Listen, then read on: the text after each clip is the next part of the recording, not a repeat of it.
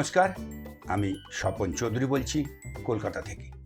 শুরু করছি আমার পূর্ব ঘোষণা অনুযায়ী আমার ইউটিউব চ্যানেল এক্সপ্লোর কলকাতা মাই সিটি। দেখুন, আমাদের চ্যানেলে বা আমার চ্যানেলে টকশো, ভ্রমণ বা রাজনীতির কুটকাছালি থাকবে না। একদম ভিন্ন স্বাদ, ভিন্ন ধরনের চ্যানেল, যা পশ্চিম বাংলা তথা কলকাতাকে তুলে ধরবে আপনার কাছে। সেক্ষেত্রে আপনার অবস্থান দেশে হতে পারে, আবার বিদেশেও হতে পারে, কিন্তু আমার উদ্দেশ্য আপনি কলকাতা তথা বাংলাভাষী, মূলত বাঙালি, তাদের কাছে পৌঁছানো। তো এখানে আমি তুলে ধরব ছোট্ট ক্ষুদ্র বিষয়, না জানা না দেখা বিষয়, আপাত দৃষ্টিতে অবহেলিত বা অপ্রয়োজনীয় বিষয়, কিন্তু হতে পারে ভবিষ্যতে এটা একটা আই ওপেনার। আমরা সবাই জানি আলোর বিপরীত অন্ধকার, তেমন ভালোর বিপরীত খারাপ। আমার চ্যানেলে এইভাবেই তুলে ধরব কলকাতা তথা বাংলাকে, আমার আপনার সবার ভালোবাসা, ভালো লাগার শহর তথা রাজ্য কলকাতা তথা বাংলাকে। তো আজকের অনুষ্ঠানটা এরকম, এক বিশেষ কাজে ব্যাঙ্গালোর থেকে আমি ফিরছিলাম। ফেরার পথে পরিচয় হয় এক ব্যক্তি, শ্রী অশোক ত্রিপাঠী মহাশয়, বারাণসীবাসী, বর্তমানে রিটায়ার্ড। কর্মজীবনে লজিস্টিক ইন্ডাস্ট্রিতে ছিলেন। কাজ করার সুবাদে দেশের বিভিন্ন শহরে তিনি বসবাস করেছেন। আর কাজের ক্ষেত্রে আগরওয়াল প্যাকার্স অ্যান্ড মুভার্স হায়দ্রাবাদে ছিলেন, ভিটিএল লজিস্টিক কোম্পানিতে ছিলেন, সেটা পাটনায়, আর ইটিএ ইন্ডিয়া লিমিটেড গুয়াহাটিতেও তিনি কাজ করেছিলেন। তো বাংলার সঙ্গে তার একটা গভীর একটা যোগসূত্র ছিল। ওনার সঙ্গে কথা বলে যেটা আমি জেনেছি, তো ওনার সঙ্গে যা কথা বলেছি এবং উনি যেটা বলেছেন, আমি এখন ওনার মুখ দিয়েই আপনাদেরকে শোনাব, আপনাদের সামনে রাখব। আমার নামটা হলো অশোক ত্রিপাঠী। আমার শ্বশুরবাড়ি সালকিয়া। আমার ফাদার ইন ল আপনার এই পাঞ্জাব ন্যাশনাল ব্যাংক বড়া বাজার ব্রাঞ্চের কাজ করে ওইখানে থেকে রিটায়ারমেন্ট নিয়েছেন। আর কি আমার বাবা ওই আপনার কি বলে স্কটিশ চার্চ কলেজ থেকে এডুকেশন নিয়ে তারপরে আপনার ক্যালকাটা ইউনিভার্সিটির মধ্যে দুটা সাবজেক্টের এমএ করেছেন। আমার গ্র্যান্ডফাদারেও চব্বিশ পরগনার কাজ করেছিল।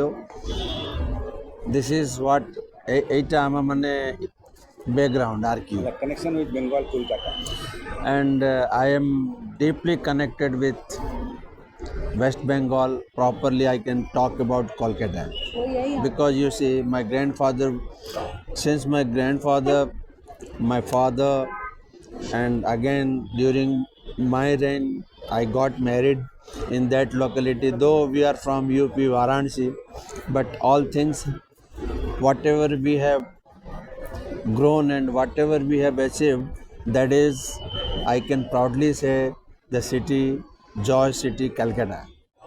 सबसे बड़ी बात तो ये है कि कलकत्ता शहर में कभी भी ये नहीं लगता कि आप किसी शहर में हैं। आपको ऐसा लगता है, इतना अपनापन महसूस होता है जैसे आप अपने घर के माने you are in your home town, you are in your home city. उसका कारण ये है, एक तो वहाँ की लोकल जो बंगाली भाषा है वो इतनी मीठी है, और लोगों के बोलने का जो शैली है वो इतना मधुर कह सकता हूँ। I can say that so attractive and so sweet to listen and to follow. और कहने को ये कलकत्ता शहर वेस्ट बंगाल है तो बंगालियों का है, बट ऐसा मुझे तो कभी लगा नहीं, क्योंकि यहाँ पे हमारे देश के हर कोने से, खास करके राजस्थान के मारवाड़ी भाई, और बिहार पड़ोसी राज्य होने के नाते, यूपी पड़ोसी राज्य होने के नाते, और सबसे ज़्यादा इन प्रदेशों में बेरोज़गारी है, तो एक बड़े शहर के नाते लोग कलकत्ता की तरफ भी प्रस्थान करते हैं। और कलकत्ता में कम कमाओ ज़्यादा कमाओ, लेकिन इंसान अपनी ज़िंदगी जी के बचत भी कर लेता है। कलकत्ता जैसा शहर, मैं भारतवर्ष में सब जगह प्राय सभी छोटे बड़े शहरों का भ्रमण किया हूँ, लेकिन कलकत्ता जैसा आनंद मुझे कहीं नहीं मिला। कलकत्ता के संस्कृति के बारे में तो क्या कहने, अगर संस्कृति और वहाँ की इंटेलेक्चुअलिटी के बारे में आप चर्चा करें तो दुर्गा पूजा के टाइम में जाएं तो आपको पता चलेगा कि वहाँ का कल्चर कितना मनोरम है। वहाँ कोई किसी को पराया नहीं समझता है। आप एक बार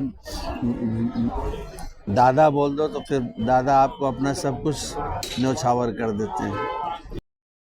बंगाल एज ए स्टेट आपको क्या लगता है इसका डेवलपमेंट कैसा हुआ है अभी तक?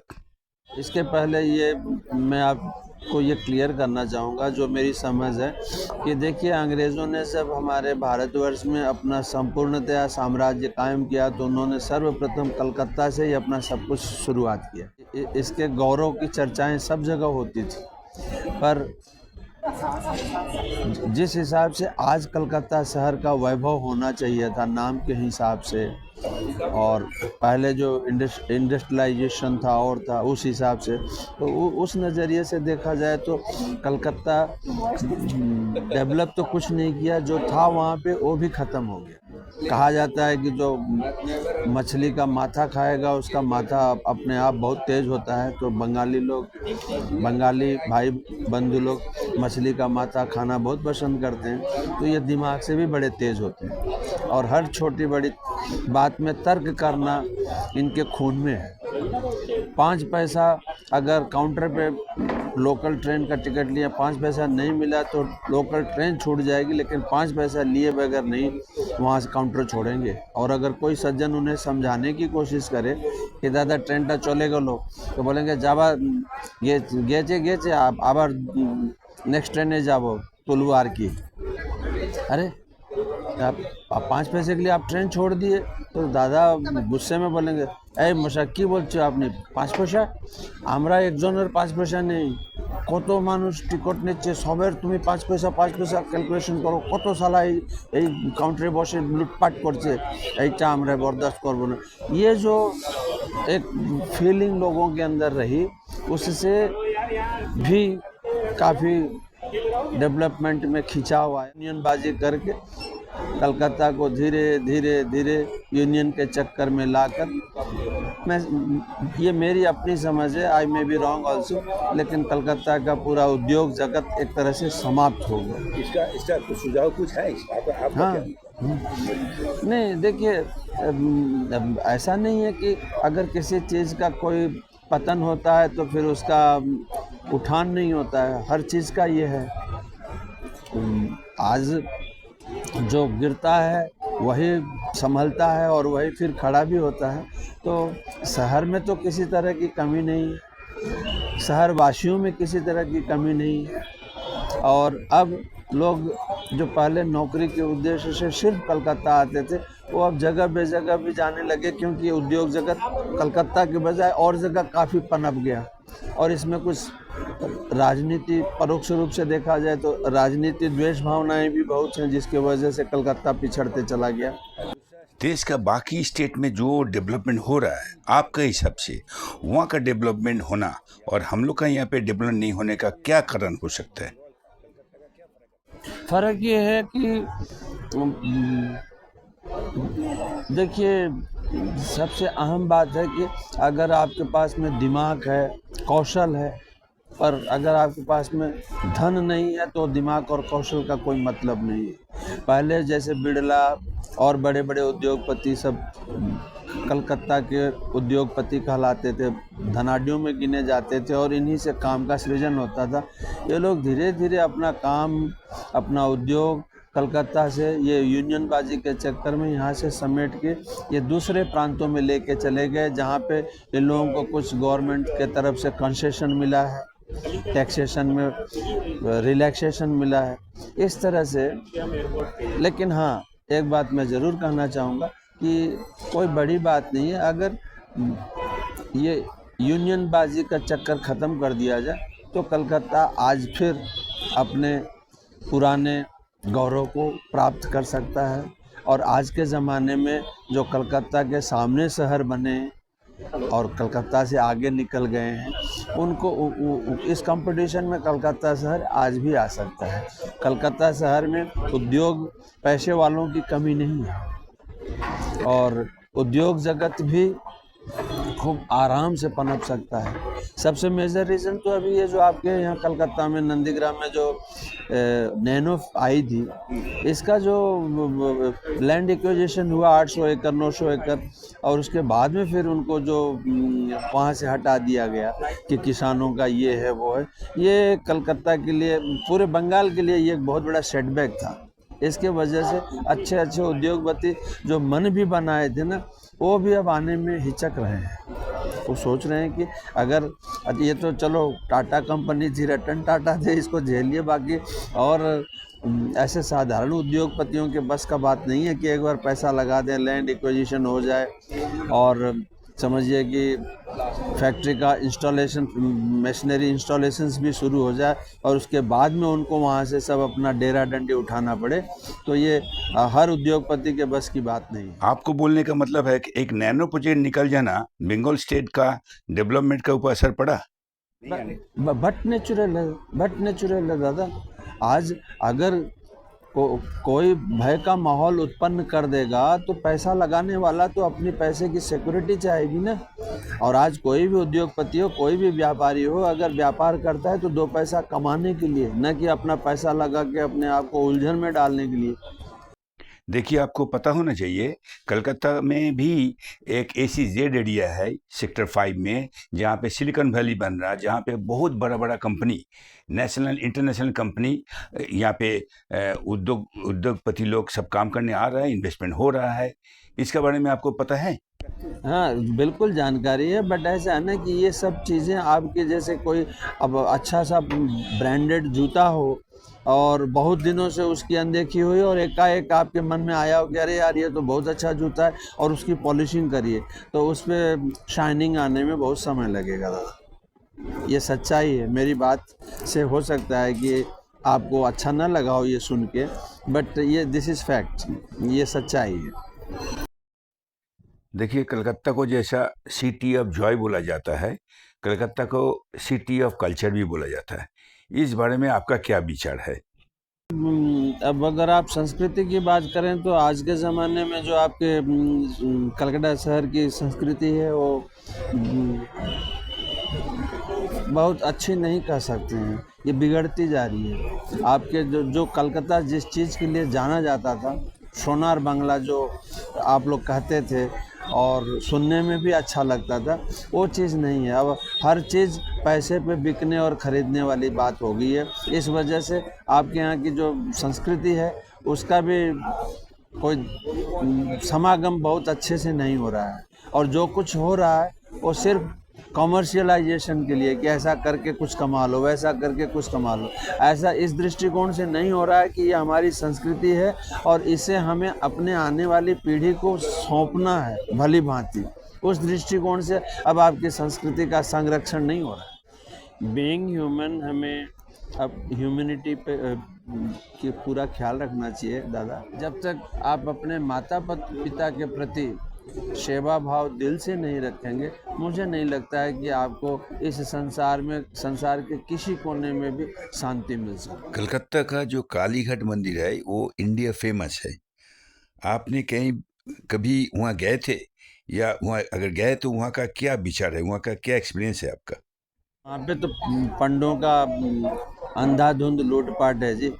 लाइन में लगे लोगों को दर्शन मिले न मिले, वो चेहरा देखते हैं कि हाँ ये पैसे वाला है, दिख रहा है, तो उसको पंडा लोग ढकेल के, और एक बार तो माता जी का चेहरा दिखा के बोलते हैं हाँ दो 2100 रुपया, दो 5000 रुपया, और फिर नीचे जो पंडा रहते हैं वो माता जी का चरण दिखा के, ये मेरे साथ हकीकत में हुआ है।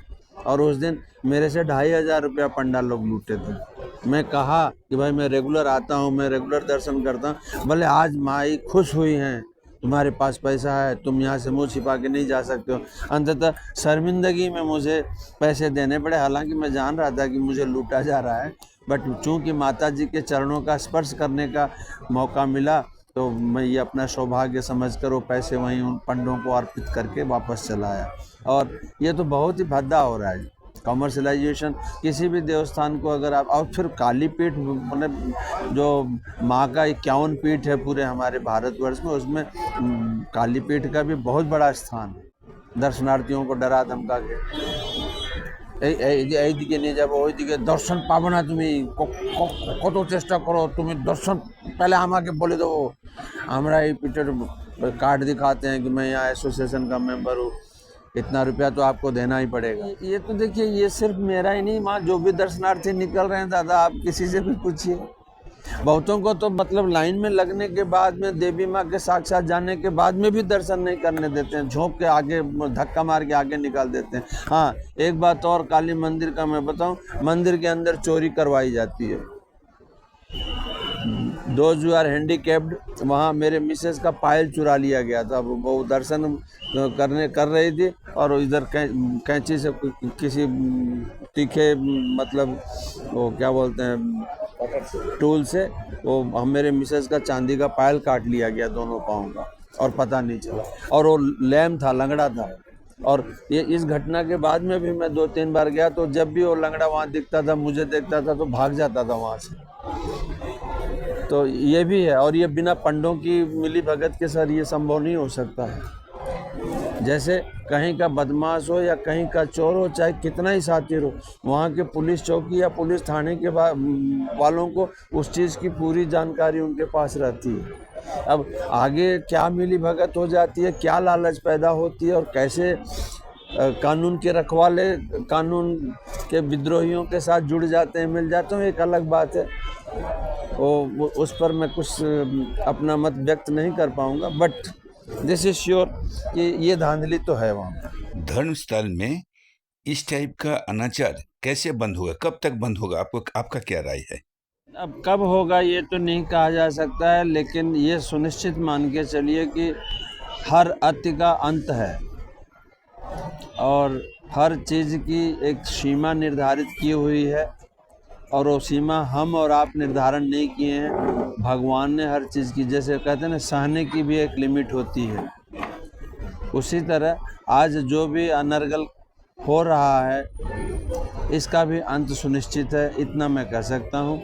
और देखिए, हम अपने पौराणिक कथाओं से ही अगर किसी तरह की चर्चा उदाहरण के स्वरूप में लें, तो हिरण्यकश्यप से बढ़कर कोई प्रतापी नहीं था, राजा बलि की तरह कोई दानी नहीं था, धर्मपरायण भी था, लेकिन उसके भाव अच्छे नहीं थे।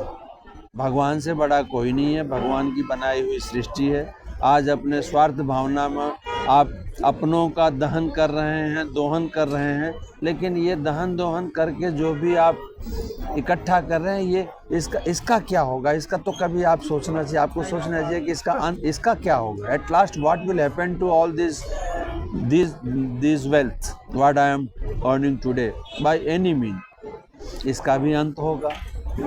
और जब आप इस दुनिया से अलविदा होंगे, अपनी आखिरी सांस लेंगे, उसके बाद आप अपने साथ कुछ नहीं ले जा पाएंगे। भगवान ने आपको खाली हाथ भेजा है, तो खाली हाथ ही बुलाएगा। वहाँ कोई खाता भाई नहीं है कि वो बैठ के अकाउंट लेगा कि तुमने वो टेंडर लिया था, ये लिया था, वो सेज मिला। वो अडानी अंबानी और बड़े बड़े धनाढ़ियों की तरह वहाँ कोई खाता भाई नहीं है। वहाँ तो बस जो कुछ भेजा था, और ये प्रमाणिक और मतलब आपके हमारे नज़रों में दिखने वाली चीज़ है दादा। फॉर एग्जाम्पल आप सहारा का ले लीजिए, सुब्रत राय सहारा का, हाँ, उन्होंने क्या नहीं किया। और एक जो इंसान की प्रबलता होती है, दक्षता होती है, उस सीमा की कौन सी सीमा है जिसको उन्होंने नहीं प्राप्त किया था। उन्हीं अपने दोनों लड़कियों की शादी में पूरा बॉलीवुड 2 दिन शूटिंग नहीं बंद हो गया था, पूरा बॉलीवुड लखनऊ चला आया था सहारा सिटी में। और वही सुब्रत राय सहारा जब अंतिम सांस लिए, तो वही 2 लड़के उनके फ्यूनरल में नहीं आए। अब कारण क्या था वो बात की बात है, लेकिन एक हिंदू होने के नाते पिता की मौत हुई, और पिता के धन और पिता के एम्पायर में ही तुम लोग अपना तुम्हारा अपना क्या है, उन्हीं का बनाया हुआ सब कुछ है। लेकिन आप लोग उनके मौत के अंतिम समय में भी कंधा देने भी नहीं आए। तो जिंदगी का यही पर्याय है। और खैर, अब ये कलयुग तो चल ही रहा है, कलयुग में हर चीज़ संभव हो रहा है, और उसी में हम लोग देख रहे हैं कि ये क्या हो रहा है, ये जो हो रहा है ठीक हो रहा है कि अच्छा हो रहा है कि बुरा हो रहा है, ये अभी इंसान के दिमाग के सोचने के बाहर की चीज़ है। শুনলেন তাত্ত্বিক মানুষ ত্রিপাঠী সাহেব। তার মুখে তার কথা শুনলেন বাংলা তথা কলকাতাকে নিয়ে তার নিজস্ব বিশ্লেষণ।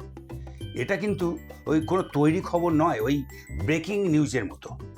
বাংলার সঙ্গে জুড়ে থাকা একজন মানুষের মনের কথা, তার অভিজ্ঞতার কথা, ভালো লাগার সঙ্গে সঙ্গে খারাপ লাগার মিশ্র প্রতিক্রিয়া, বর্তমান সময় উপযোগী সমাজ সংসার সামাজিক জীবন পরিবর্তনের যে পরিপন্থী মানসিকতা ও কর্মপদ্ধতির কথা, সেই কথা।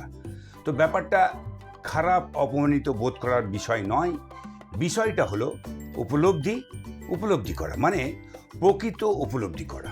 দেখুন, এটা তো সত্যি, সবাই চাইছে, সবাই হচ্ছে প্রোগ্রেসিভ, ডেভেলপড, অ্যাডভান্স, আশেপাশে সবাই।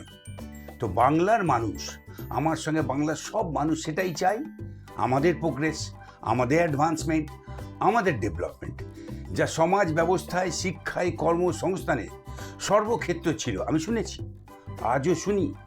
সুতরাং পরিশেষে বলতে চাই, কলকাতা তথা বাংলাকে এগোতে হবে, আর তার জন্য ঠিক নয় বেটিকের দিকে বেশি নজর দিতে হবে, হওয়া নয় না হওয়া বিষয়কে আরও বেশি করে গুরুত্ব দিতে হবে, সম্পূর্ণ নয় অসম্পূর্ণ ও সংগঠিত যে সমস্ত বিষয় আছে তার উপর নজর দিতে হবে আরও বেশি করে। ফিরতে হবে, ফেরাতে হবে, পুনরুদ্ধার করতে হবে আমাদের হতগৌরব আর সম্মান। এই আশা নিয়ে আজকের অনুষ্ঠান আমি এবার শেষ করব। সঙ্গে থাকুন, দেখতে থাকুন এক্সপ্লোর কলকাতা, মাই সিটি।